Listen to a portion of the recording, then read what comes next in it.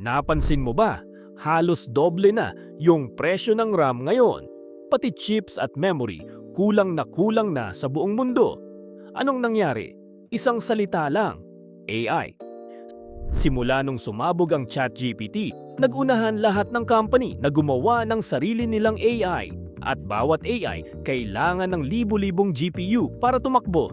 Sobrang lakas na chips, parang utak ng AI.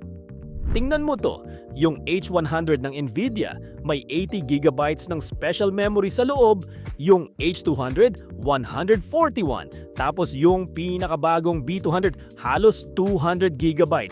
Grabe 'di ba? Bawat AI chip puno ng memory. Ang tawag doon sa special memory na yan, HBM or High Bandwidth Memory.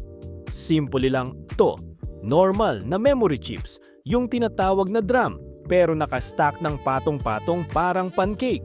Tapos nakadikit mismo sa tabi ng GPU, kaya sobrang bilis, 3.35 terabytes per second.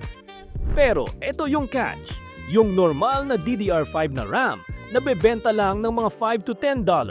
Pero yung HBM na pareho lang naman ang dami ng memory, $60 to $100. Halos 10 times ang kita. Kung ikaw yung may factory, di ba dun ka na rin gagawa?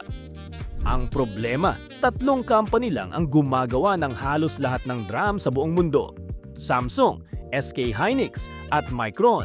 Mahigit 95% sila lang. At ngayong 2026, mga 20% na ng buong DRAM production.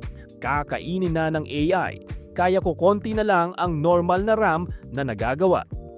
Sabay pa diyan, binibili ng mga tech giants lahat ng makuha nila. Amazon, Google, Meta at Microsoft gumastos ng $388 billion noong 2025. Ngayong year, aabot na sa mga $630 billion. At karamihan doon, diretso sa AI data centers. Bakit hindi na lang gumawa ng bagong factory, di ba? Kasi ganito, yung isang chip factory, more than $20 billion ang gastos. Yung pinakabago nga ng TSMC, halos $50 billion. Tapos, more than 2 years pa bago makagawa ng kahit isang chip. Hindi yan instant. Kaya yan, konti ang supply, sobra ang demand. Tataas talaga ang price. Yung 32 GB na DDR5 kit, dating $200 to $250 lang. Ngayon, lagpas, $600 na. Sa first quarter pa lang ng 2026, tumaas ng halos 90% ang presyo ng DRAM. At ramdam na natin to. Mas mahal na ang mga phone, laptop, pati gaming console. Nagtaas pa nga ng presyo ang PlayStation 5 at Xbox dahil din sa memory. Kaya lahat ng gadget na may RAM sa loob, apektado talaga. So hanggang kailan to?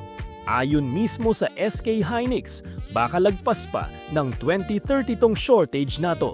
Kaya kung matagal ka nang may balak mag-upgrade ng RAM, ngayon na siguro yun, bago pa tumaas ulit.